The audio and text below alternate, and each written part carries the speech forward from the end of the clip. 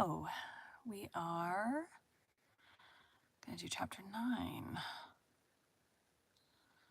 Need to get to editing, man. Last chapter I edited was 3. Okay,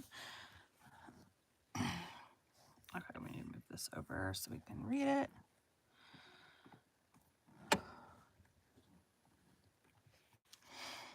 Anyways, I've been working on the behind the stories too, which I totally forgot to record.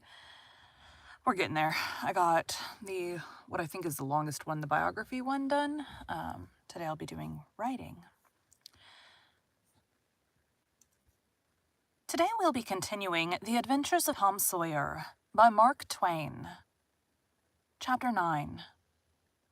At 9:30 that night, Tom and Sid were sent to bed as usual. They said their prayers, and Sid was soon asleep. Tom lay awake and waited in restless impatience. When it seemed to him that it must be near daylight, When it seemed to him that it must be nearly daylight, he heard the clock strike 10. This was despair. He would have tossed and fidgeted as his nerves demanded, but he was afraid he might wake Sid. So he lay still and stared up into the dark. Everything was dismally still. By and by, out of the stillness, little, scarcely perceptible noises began to emphasize themselves. The ticking of the clock began to bring itself into notice. Old beams began to crack mysteriously. The stairs creaked faintly. Evidently, spirits were abroad. A measured, muffled snore issued from Aunt Polly's chamber, and now the tiresome chirping of a cricket that no human ingenuity could locate began. Next, the ghastly ticking of a death watch in the wall at the bed's head made Tom shudder. It meant that somebody's days were numbered. Then the howl of a far-off dog rose on the night air, and was answered by a fainter howl from a remoter distance. Tom was in agony.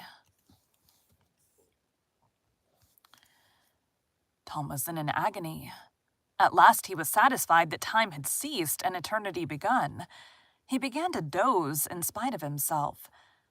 The clock chimed 11, but he did not hear it. And then there came mingling with his half-formed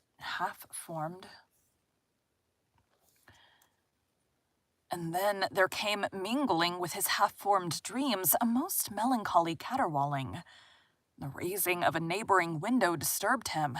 A cry of, "Scat, you devil," and the crash of an empty bottle against the back of his aunt's woodshed brought him wide awake. And a single minute later he was dressed and out of the window and creeping along the roof of the L on all fours. He meowed with caution once or twice as he went, then jumped to the roof of the woodshed and thence to the ground. Huckleberry Finn was there, with his dead cat. The boys moved off and disappeared in the gloom. At the end of an hour, they were wading through the tall grass of the graveyard. It was a graveyard of the old-fashioned Western kind. It was on a hill about 1.5 miles from the village. It had a crazy board fence around it, which leaned inward in places and outward the rest of the time, but stood upright nowhere. Grass and weeds grew rank over the whole cemetery. All the old graves were sunken in. There was not a tombstone on the place. Round-topped, worm-eaten boards staggered over the graves, leaning for support and finding none. Sacred to the memory of so-and-so had been painted on them once, but it could no longer have been read on the most of them, now, even if there had been light. A faint wind moaned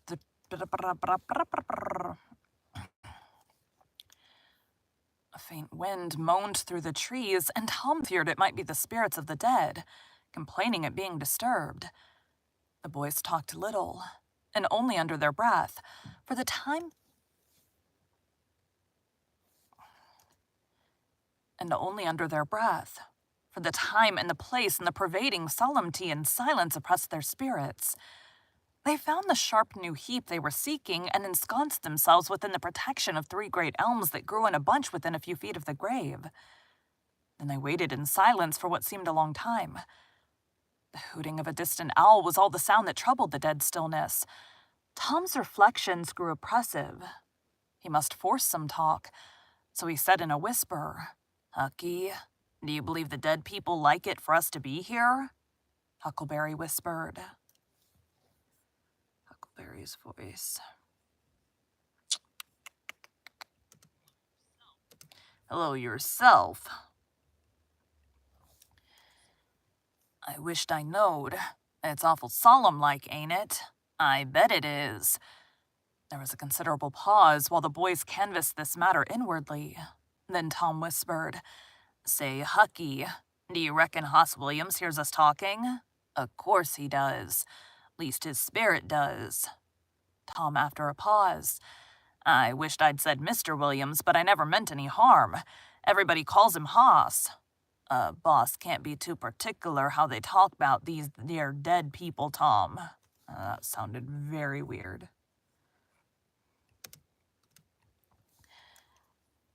A body can't be too particular how they talk about these here dead people, Tom.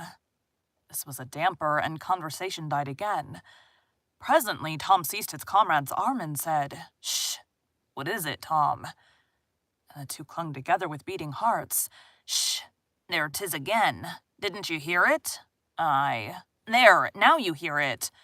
Lord, Tom, they're coming, sure. What'll we do? I don't know. Think they'll see us? Oh, Tom, they can see in the dark, same as cats. I wish I hadn't come. Oh, don't be afeard. I don't believe they'll bother us. We ain't doing any harm. If we keep perfectly still, maybe they won't notice us at all. I'll try to, Tom. But Lord, I'm all a-shiver. Listen! The boys bent their heads together and scarcely breathed. A muffled sound of voices floated up from the far end of the graveyard. Look, see there? Whispered Tom. What is it? It's devil fire. Oh, Tom, this is awful. Some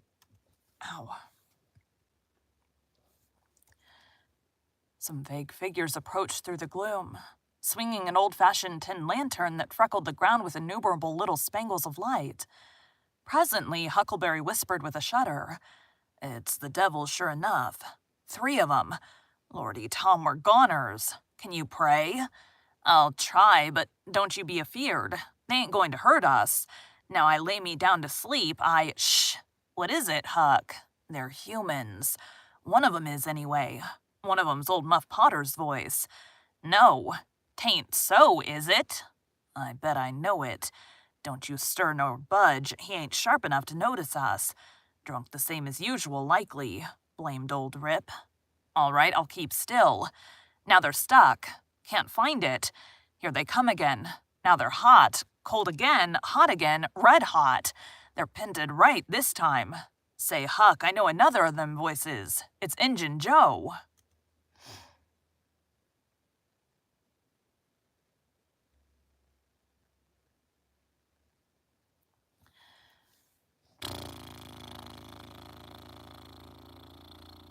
I don't remember what I called him before.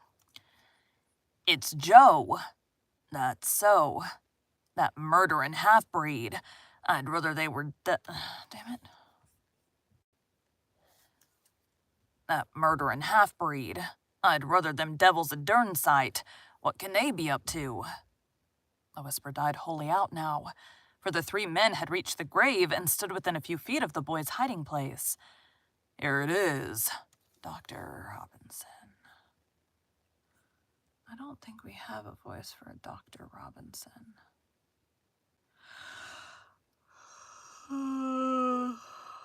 Judge.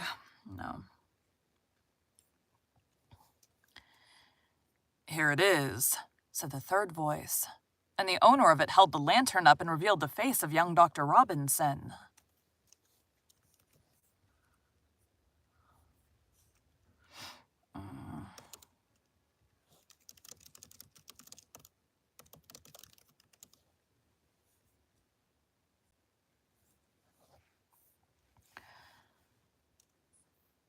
Potter and Joe were carrying a hand barrow with a rope and a couple of shovels on it.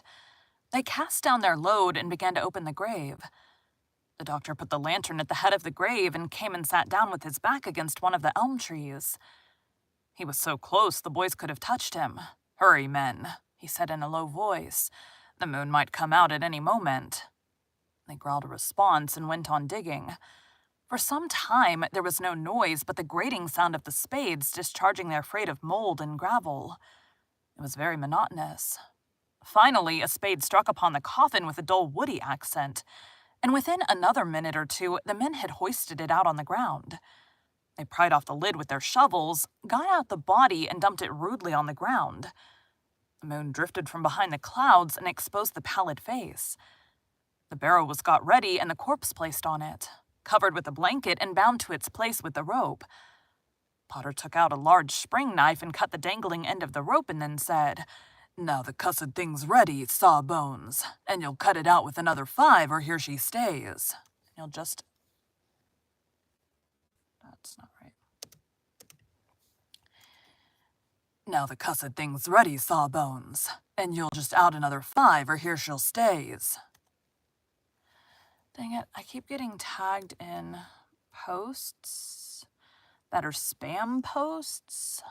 It's very irritating. Okay, Potter, LMNOP.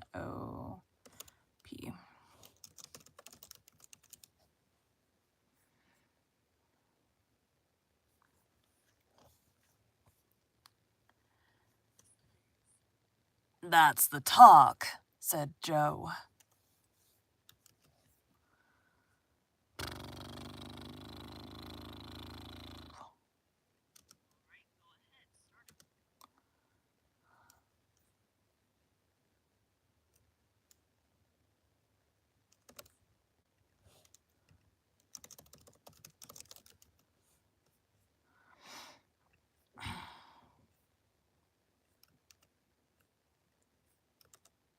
I just closed out of the characters. Oops.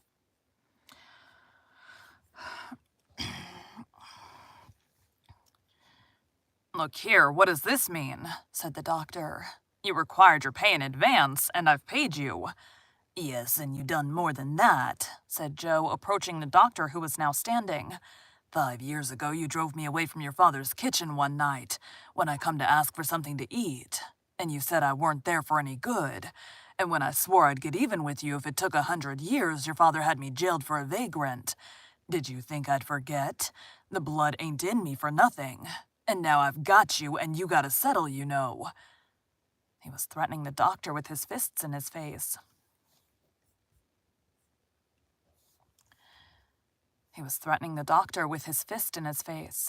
That is all one thing. Why are there commas? He was threatening the doctor with his fist in his face by this time. The doctor struck out suddenly and stretched the ruffian on the ground.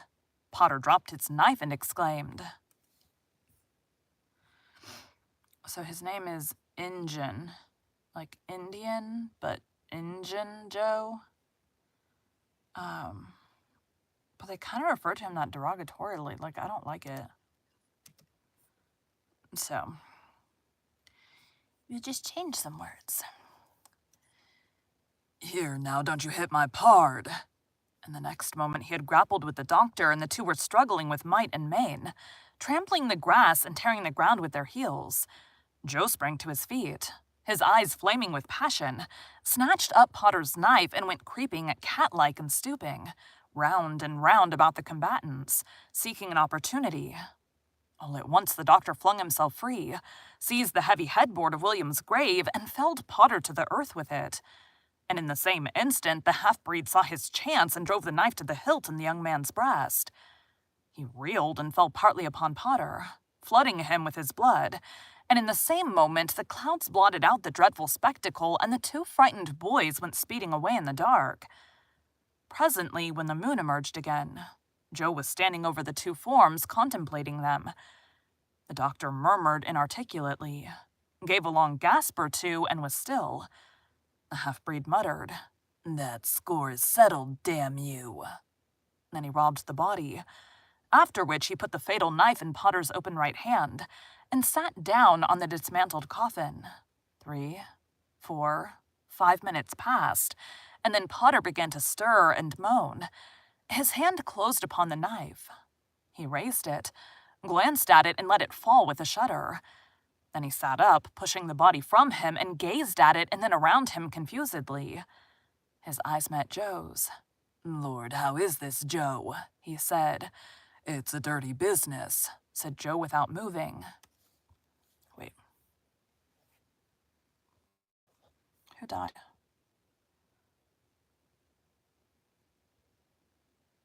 Potter.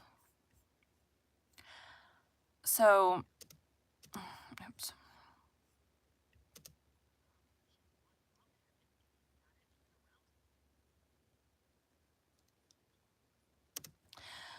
So some of the words I am changing. However, some of the words I don't know how to change, like half-breed and stuff like that. Like, what's a better... I am open to suggestions. I mean, I feel like we have different names for that now. Like, I don't know, dude. I don't know. Reality is this book was written like 200 years ago. Maybe not that long. I don't know, whatever. It was a very different time, and things were more social. Not that they should have been acceptable, but things were, like, words were used more than we do now. Like, now, very frowned upon. At that time, while it may have offended people, my colored people didn't care. Like, they were going to use whatever words that they wanted, and Mark Twain wrote based on the times because it was the time he was living in. So it's very, very hard to edit things. So on here, you'll catch more things like where I accidentally say something because I'm used to just read the words on the page and get them out. And so sometimes things come out that I don't want to catch on the recording, but it came out, and I would never use most of these words. Let's just say that. "Lord, how is this, Joe?" he said. "It's a dirty business," said Joe without moving. "What did you do for it? What did you do it for? What did you do it for? What did you do it for? I've never done it. Look here, that kind of talk won't wash." Potter trembled and grew white. "I thought I'd gone sober. I'd no business to drink tonight, but it's in my head yet." Potter is the other guy. It's the doctor. Doctor is the one who's dead.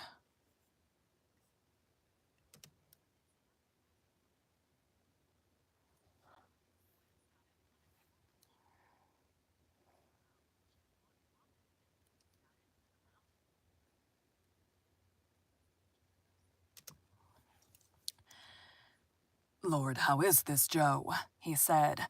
"It's a dirty business," said Joe without moving. "What did you do it for?" I've never done it. Look here, that kind of talk won't wash." Potter trembled and grew white. "I thought I'd got... tell me this, Potter. I thought I'd got sober. I'd no business to drink tonight, but it's in my head yet. Worse than when we started here. I'm all in a muddle. Can't recollect. Can't recollect anything of it, hardly. Tell me, Joe, honest now, old feller. Did I do it?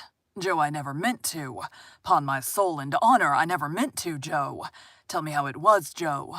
Oh, it's awful, and him so young and promising. Why, you two was scuffling, and he fetched you one with the headboard, and you fell flat. And then up you come, all reeling and staggering like, and snatched the knife and jammed it into him just as he fetched you another awful clip. And here you've laid as dead as a wedge till now. Oh, I didn't know what I was a-doing. I wish I may die this minute if I did. It was all on account of the whiskey and the excitement, I reckon. I never used a weapon in my life before, Joe. I've fought, but never with weapons. They all say that, Joe. Don't tell. Say you won't tell, Joe. That's a good feller. I always liked you, Joe, and stood up for you, too. Don't you remember? You won't tell, will you, Joe?" And the poor creature dropped on his knees before the stolid murderer and clasped his appealing hands. "No, you've always been fair and square with me, Muff Potter, and I won't go back on you. There now, that's as fair as a man can say. Oh, Joe, you're an angel. I'll bless you for this the longest day I live." And Potter began to cry. "Come now, that's enough of that. This ain't any time for blubbering. You be off yonder way and I'll go this. Move now and don't leave any tracks behind you." Potter started on a trot that quickly increased to a run. The half-breed stood looking after him.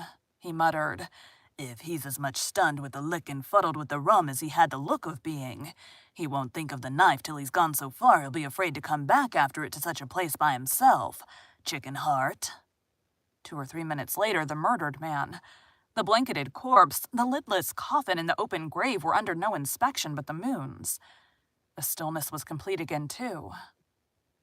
Thank you for joining Bite at a Time Books today, while we read a bite of one of your favorite classics. Again, my name is Bree Carlile, and I hope you come back tomorrow for the next bite of the Adventures of Tom Sawyer.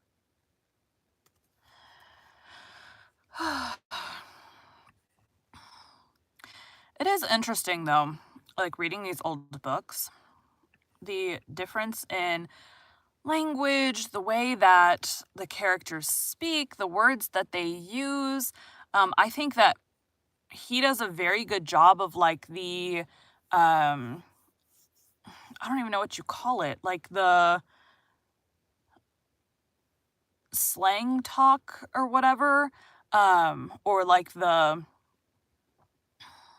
like not as educated people talk, like good feller, F-E-L-L-E-R, weapons, W-E-E-P-O-N-S instead of weapons. So I've never used a weapon in my life before, Joe. He does a really good job of like writing the language how you would expect the character to say that, which not... People focus so hard today on using the grammatically correct words that most of the time you don't get that. So I like it. Anyways, thanks guys. Bye.